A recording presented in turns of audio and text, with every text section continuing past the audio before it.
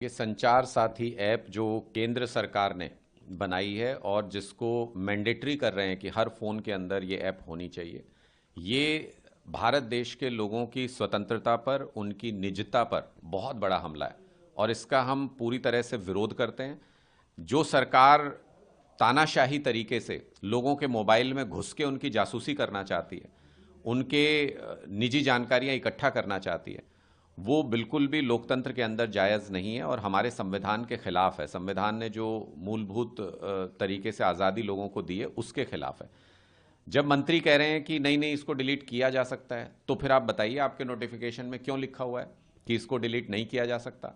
केंद्र सरकार के नोटिफिकेशन में यह क्यों लिखा हुआ है कि हर मोबाइल मैन्युफैक्चरर के लिए मैंडेटरी है कि वो इस ऐप को इस तरीके से मोबाइल में डाले कि उसे कोई डिलीट ना कर सके?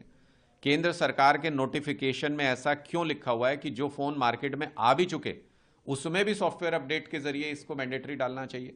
तो इसका मतलब आपकी नीयत में खोट है। इसका मतलब आप इस ऐप के जरिए कुछ और गलत काम करना चाहते हैं, लोगों की जासूसी करना चाहते हैं, उनका डाटा इकट्ठा करना चाहते हैं।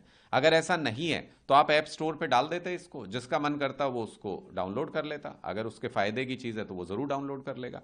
यानी मंत्री जी या तो झूठ बोल रहे हैं या फिर उनको पता ही नहीं है कि उनके मंत्रालय में क्या हो रहा है। नोटिफिकेशन कहीं और ऊपर से आदेश आता है और वहां से जारी होती है, और वहां से आदेश आया जिनके ऊपर जासूसी करने के पहले भी आरोप लग चुके हैं। तो मुझे लगता है कि ये भारतीय जनता पार्टी की सरकार लोकतांत्रिक व्यवस्था में विश्वास नहीं करती है, लोगों की आज़ादी और स्वतंत्रता में विश्वास नहीं करती।